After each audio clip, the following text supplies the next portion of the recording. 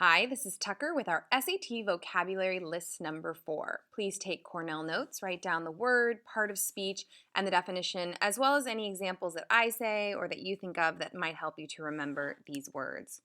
The first word is aberration. It's a noun.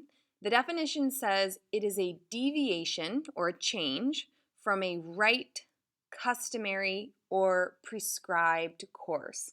So whenever you deviate or move away from or do something that is different from what society or other people think of as the correct thing to do or the right way to do something, or if you don't do what's considered customary, it's custom because all of these other people have done it, or you move away from kind of a prescribed course, then that's considered an aberration. So if you think about life, a lot of people consider kind of the normal course. You go to school, you graduate, you either get a job or you go to college, you meet someone, you're in a relationship, you get married maybe, you have kids. That would be considered a prescribed, very normal course that your life could take. But if you do something wildly different from that, people might refer to it as your decision as an aberration, right? Because it's deviating from what's considered right, customary, or prescribed course. And I chose this picture of a backpacker because, like I said, a lot of people assume that as soon as you leave high school, you either get a job or you go to college. And so you can think about someone who decides to take a year off between college or high school and college, and they decide they're just going to backpack around the world or backpack around a certain part of the world.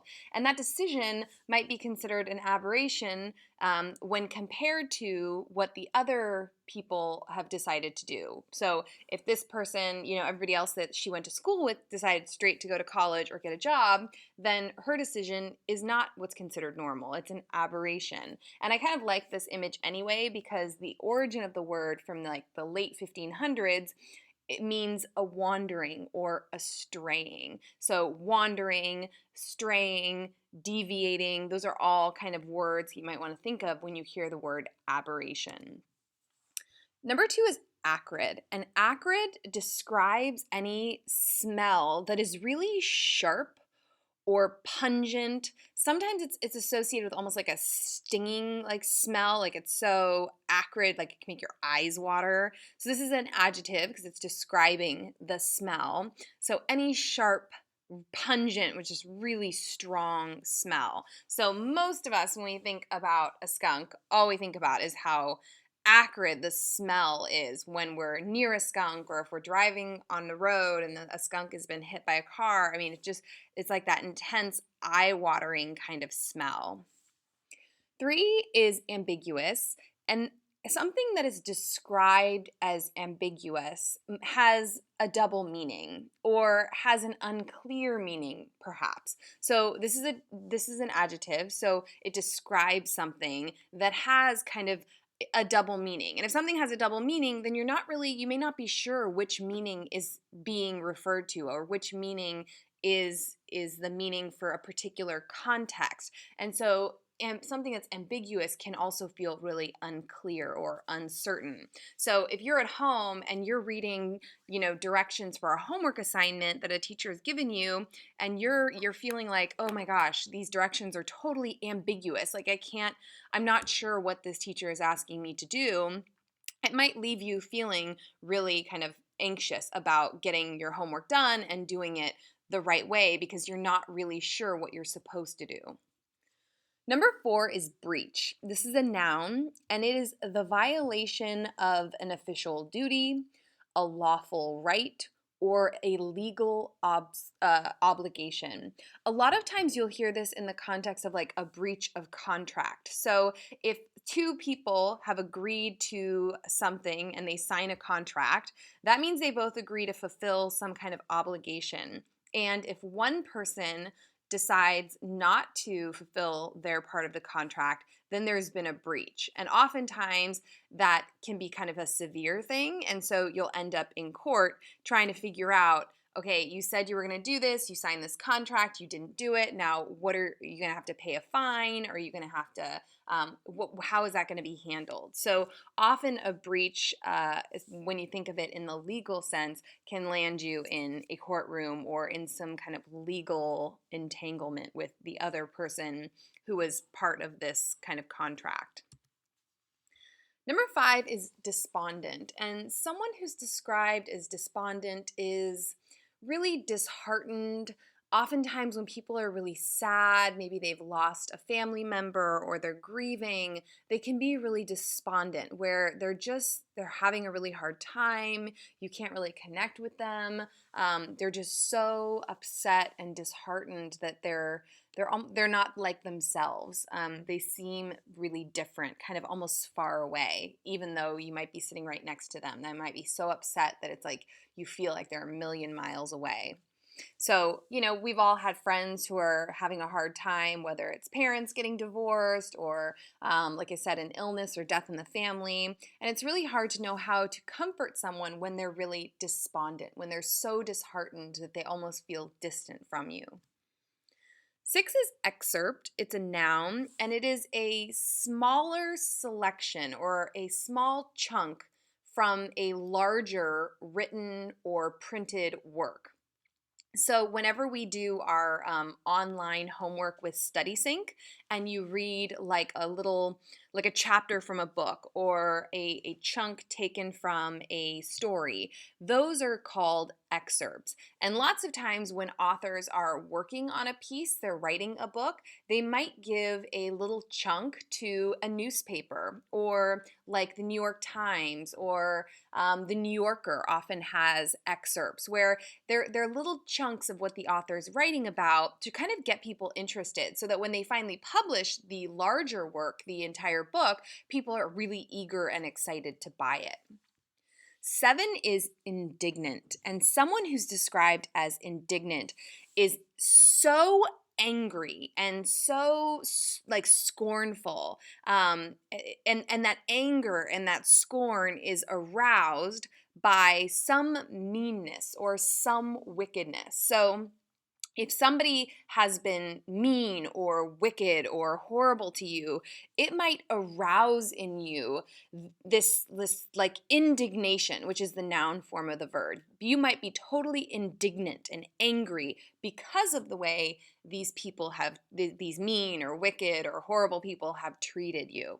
So if you're indignant or angry, it might be because someone has treated you unfairly or meanly, or it's been mean to you. And so I think about like Disney movies and how when I think of like wickedness and people being mean, thinking about, like this example from The Little Mermaid. So you have the sea witch, she's totally wicked and mean. And at certain parts of the movie, then you have Ariel, the main character, feeling indignant, angry because of the way she has been treated by this awful sea witch. 8 is morality. And I underlined the word moral just as a way to kind of think about morals and values. It'll just help you remember this word. But morality is a noun and it means virtue. It's having kind of the higher set of principles, right? And so when I think of morality and morals and virtues, oftentimes I think of really pure people who really live by their convictions. A nun, for example, demonstrates morality every single day, living by a very kind of strict code of conduct and behavior, living in line with their values.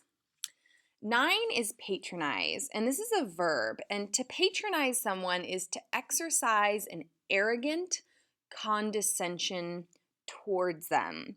And what you need to kind of remember when you think of patronize is like if someone's patronizing you, they're treating you as though you are far less important than you are, or that you're far less important than they are. So they're condescending, which means they're speaking down to you, kind of in this arrogant way. So a lot of teenagers know what it's like to be patronized because oftentimes older people or adults will speak to teenagers in a very patronizing way, as though you don't know as much as them, or you can't be maybe trusted in a situation, or you couldn't possibly know about something. And so they can be very patronizing.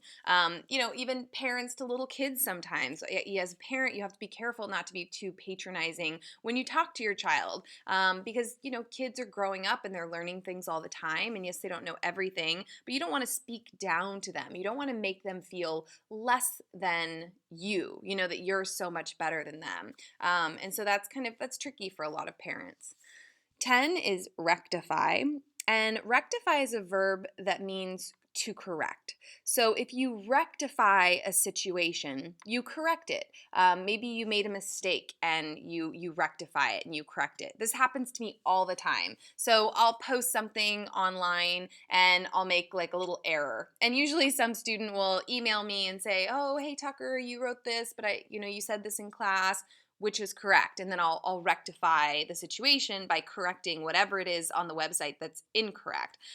Sometimes when I'm grading a lot of papers, I might make a mistake giving feedback, and then I have to rectify that as well. 11 is satiate, and it's a verb, and it means to satisfy. So think of satiate and satisfy. So if you satiate some hunger, then you're satisfying it, or you satiate some desire by satisfying it fully. So if you desire, if you just need some time alone, you want to relax by yourself and read a good book, you can satiate that desire by doing that thing. Or if you're so craving Thai food or Mexican food or whatever it is that sounds really good to you, you can satiate that desire, that appetite, just by eating that particular type of food. And so I think about little kids all the time. My own children are always like, "Oh, Mom, can you make this? Can you please? We really want this." And so that desire isn't satiated until I give them whatever it is that they have been craving. 12 is terse, and terse describes something that is concise and to the point. And often things described as terse are either written or verbal responses. So if you receive a terse response from a teacher, sometimes that can make you feel badly just because it's such a kind of a quick, sharp, to the point answer. Or sometimes you get a really terse note from someone. It might feel, or text message or whatever, it might feel like sometimes that can feel as though that's kind of a negative message because they haven't really elaborated. They've made it really like concise and to the point. So terse doesn't necessarily mean it's bad, but oftentimes it has kind of negative connotations. I know that for myself, when I'm feeling really impatient, either with my own children or I'm teaching a class and I'm getting a lot of questions and it's hard to like move forward in a certain direction, my responses can become kind of terse. They're like really to the point because I want to move forward, or I want to be kind of doing something else. When I was in sports, I remember a lot of times feeling like my coach in moments was very terse. If the game was really tight or if our team wasn't doing very well, he would have these really short, clipped responses, and usually they felt kind of negative because they were so short and clipped and concise. 13 is transcend. This is a verb, and to transcend is to surpass, to move or go beyond or above something. And so when I think about transcending, I almost think about this mental, this emotional kind of lifting where you're able to just move beyond a situation or a problem. And so a lot of times if you're in a really like stressful test, if you're able to just kind of like mentally relax and realize that it's just one test, it's not the end of the world, you just kind of transcend above the situation, then you're going to be more successful on that test. Whereas if you're freaking out and you have a hard time getting beyond your emotions, then it's really easy to kind of let your anxiety influence your performance on an exam. If you're in a situation also with like a friend or a sibling and you're having an argument, if you're able to just kind of transcend that situation, then maybe you can kind of be the bigger person and let go of it and just say, okay, let's just agree to disagree, instead of staying in that moment where you're like really fighting with that other person. 14 is vigilant, and this describes someone who is on alert. Usually they're on alert to discover or ward off some kind of danger, or they are on alert because they are protecting something. They're trying to ensure the safety of something. When I think about this word vigilant, I think of police officers who are protecting the streets at night, or I think of soldiers or army, people who that's their job is to ward off danger, to kind of keep their eyes open, make sure people are safe. And so this example of I believe, British soldiers reminds me of that, because if you ever go to England and you go to Buckingham Palace, you'll actually see, just even during the day when nothing's going on, these soldiers who just kind of stand in front in their posts and just ward off, kind of keep their eyes open for danger, and the whole they're symbols of safety, because of that's their whole job. 15 is whimsical, and I underlined the word whim because someone who, whims are just kind of acting on whatever you're feeling in that moment. And someone who is whimsical is given to kind of fanciful ideas, notions. Thinking about a previous word we've had, capricious, definitely has some synonym, is definitely a synonym for whimsical. But anyone who acts on their whims could be considered whimsical, right? And like I said, the whims are just kind of sudden desires. They're a change of mind. Someone who's very whimsical might also be considered really spontaneous, because they just kind of act on whatever their current whim is. Little kids tend to be super whimsical. They just kind of march away exploring. They change their minds all the time. They have all of these little desires running around inside their bodies, and so they act on them. They tend not to think about consequences or time or obligations, right? They very much live in the moment because they are whimsical.